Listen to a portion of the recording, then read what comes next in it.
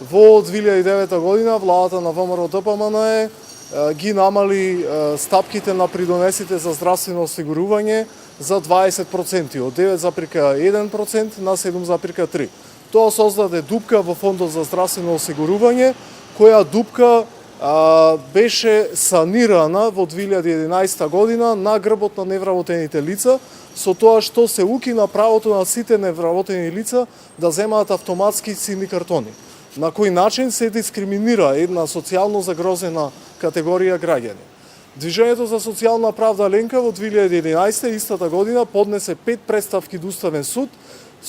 во кои го спореше укинувањето на правото на сини картони на невработените лица. Од тие 5 представки само една помина, она што беше и најневажно во тој момент, каде што Уставниот суд во 2012 година во ноември месец утврди дека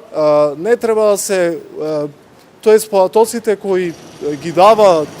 невработените лица, не мора да се зема изјава од нив за тоа со колкави приходи располагаат, туку државата треба преку управата за јавни приходи самата да си обезбеди податоци. Во тотално непочитување на една одлука на Уставен суд од ноември 2012 година, експресно собранието на Република Македонија во јануари 2013, значи за помалку од 2 месеци, за помалку од 3 месеци, донесе измена на Законот за придонеси од задолжително социјално осигурување, во кое само козметички ги смена одлуката која беше укината од страна на Уставниот суд, со која кажа дека не ги почитува одлуките на Уставниот суд. Во минатиот месец Фондот за здравствено осигурување безобразно реши да упати кривични пријави на оние граѓани кои врз основа на нивните изјави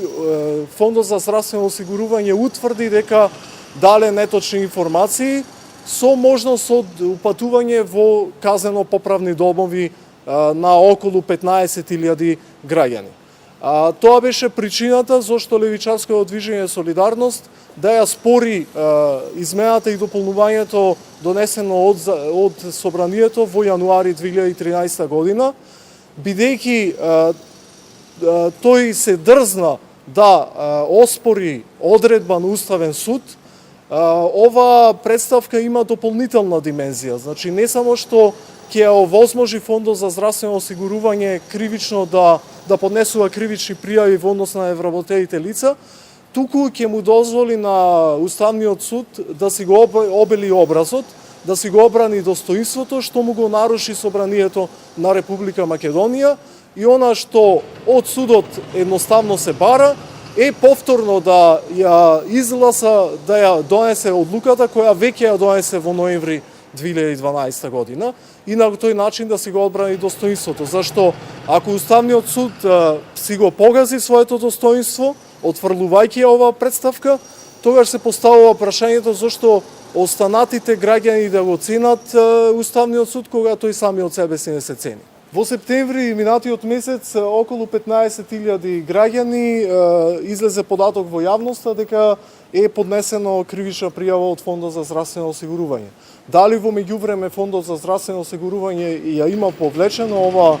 луда идеја своја или не знаеме, но во секој случај усвојувањето на оваа представка, тоест соборувањето на незаконитоста на одредбата во Законот за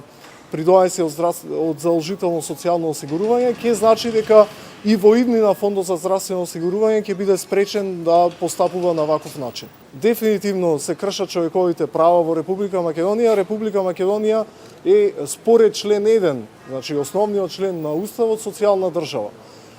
Преку овие законски решенија во кои само мал број невработени лица добиваат право на сини картони, значи не на бесплатна здравствена заштита, туку на одредено олеснување при плаќањето на здравствените услуги, се крши социјалниот карактер на Република Македонија.